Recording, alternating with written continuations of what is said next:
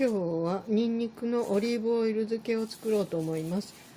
まずニンニクの玉を一つ一つ小さく一片ずつ分けて、で分けたものの根の方を少し削るようにして一つ一つきれいに皮を剥いでいきます。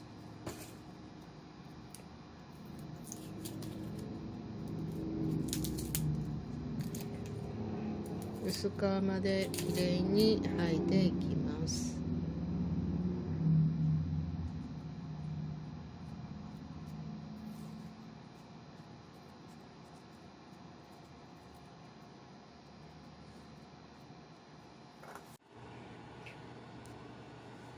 ニンニクの皮を剥いてます。一応、3つから4つ玉ぐらいで、100g ほどあります。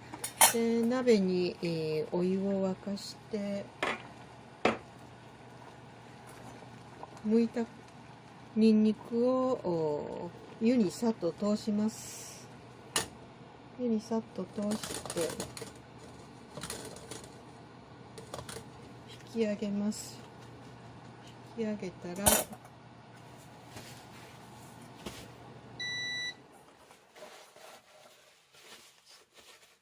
一応さっと水気を拭き取りまして、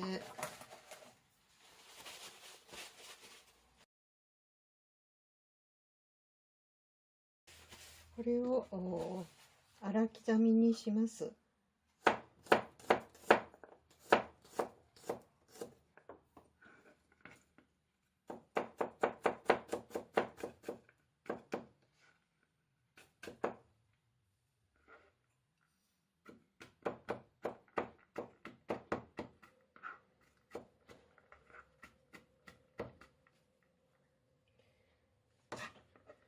これをプロセッサーでやるとプロセッサーにすごい匂いがつくと思いますので、手でこうやって粗刻みに一応します。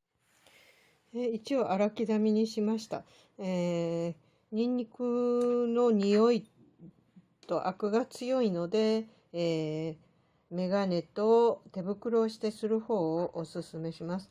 で、一応これをしましたらきれいに洗浄して、煮沸消毒して乾燥させた容器に入れていきます。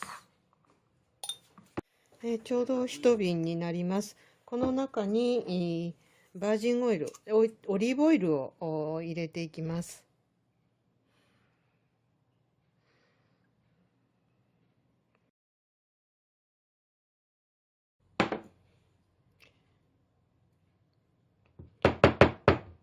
オリーブオイルをひたひたになるように入れていきます。そしたらニンニクをオリーブオイルでコーティングしたような感じになりますので、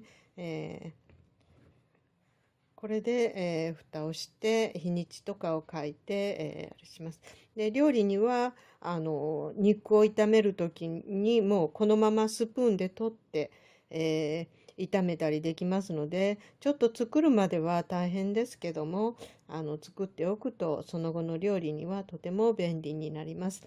野菜炒めとかカレーライス、それからシチューとかチャーハンとかいろいろ使い道はあると思います。